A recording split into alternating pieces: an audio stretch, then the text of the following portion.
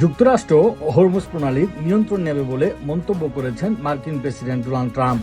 Trump বলেন, আমরা ইরানের বিরুদ্ধে সামরিক অভিযান অব্যাহত রাখব।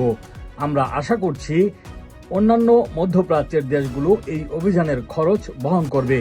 টেলিফোনে ফক্স নিউজকে দেয়া এক সাক্ষাৎকারে এসব কথা জানান ট্রাম্প।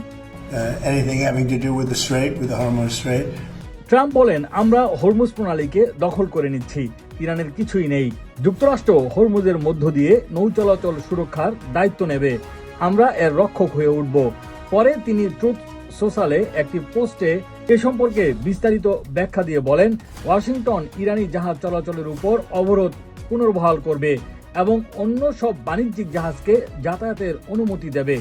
তিনি আরো বলেন, বিশ্বের এই অত্যন্ত অস্থিতিশীল অংশে নিরাপত্তা ও সুরক্ষা প্রদানের জন্য প্রয়োজনীয় সমস্ত খরচ মেটাতে যুক্তরাষ্ট্র এই জলপথ ব্যবহারকারী দেশগুলোর কাছ থেকে প্রেরিত পণ্যের মূল্যের উপর 20% সমপরিমাণ ফি আদায় করবে।